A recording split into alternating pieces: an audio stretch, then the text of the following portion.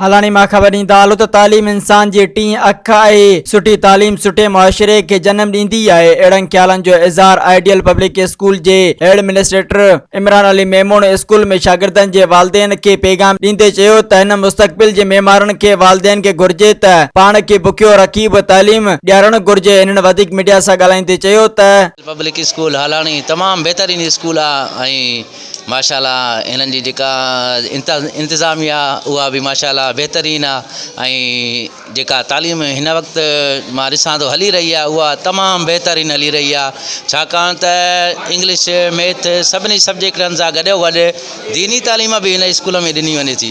हालाणीअ जे जेकी बि इदारा आहिनि उन्हनि में आइडियल पब्लिक स्कूल टॉप ते आहे, छो त हितां जा उस्ताद तमामु घणा क्वालिफाई आहिनि, तमामु घणा महिनती आहिनि ऐं साईं ख़ुसूसन साईं इमरान अली मेमून उन जे कावशुनि सां असांजो इदारो ॾींहं ब ॾींहं तरक़ी करे रहियो आहे ऐं मूंखे उमेदु आहे त हीउ इदारो इनशा अल्लाह ताला हालाणीअ में सरकारी तौर ते प्राइवेट इदारनि में टॉप ते अची वेंदो। आइडियल पब्लिक स्कूल हालाणी जेको आहे हींअर मुंहिंजे कंट्रोल में हली रहियो आहे ऐं मां हिन जो प्रिंसिपल आहियां ऐं पंहिंजे तरह जे सभिनी दोस्तनि भाइरनि अज़ीज़नि खे गुज़ारिश कंदुसि त तव्हां पंहिंजे ॿारनि बच्चनि खे हिते तालीम जे लाइ मोकिलियो ऐं हिते आला दर्जे जी तालीम मिले थी।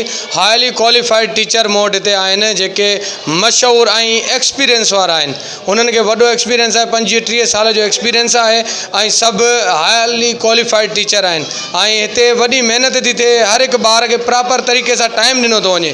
ABCDEFGHIJKLMNOPQRSTUVWXYZ ए बोले बोले बच्चों नादान नातवान सर पर बड़ों का साया साया खुदा का जानो चाहो अगर बड़ाई कहना बड़ों का मानो माँ बाप का अजीजो माना न जिसने कहना दुश्वार है जहाँ में इज्जत से उसका रहना। उस्ताद बेहतरीन आहिनि ऐं ॿार अची रहिया आहिनि इन स्कूल में।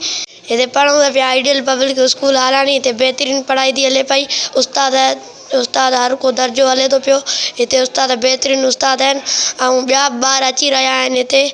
Soomro 3D wallpaper and PVC panel shop दे रहा है सबसे अच्छी सर्विस, बेहतरीन क्वालिटी के आला मयार वॉलपेपर और सीलिंग खूबसूरत डिजाइन और कलर्स में दस्तयाब है। हर किस्म के PVC वॉलपेपर्स और सीलिंग लगवाने के लिए हमसे राब्ता करें। हैदराबाद, कासिमाबाद, लतीफाबाद, जामशोरो, मीरपुर खास और सिंध के मुख्तलिफ शहरों में सर्विस मौजूद है। Soomro 3D wallpaper and PVC panel. राब्ता नंबर रंजन अली सोमरो 0333 370 2516, व्हाट्सएप 0333 370 7886। मज़ीद ख़बरनि ऐं तफ़सीलात लाइ विज़िट कयो असांजी वेबसाइट www.awamiNewsHD.com ऐं ॾिसंदा रहो अवामी न्यूज़ HD।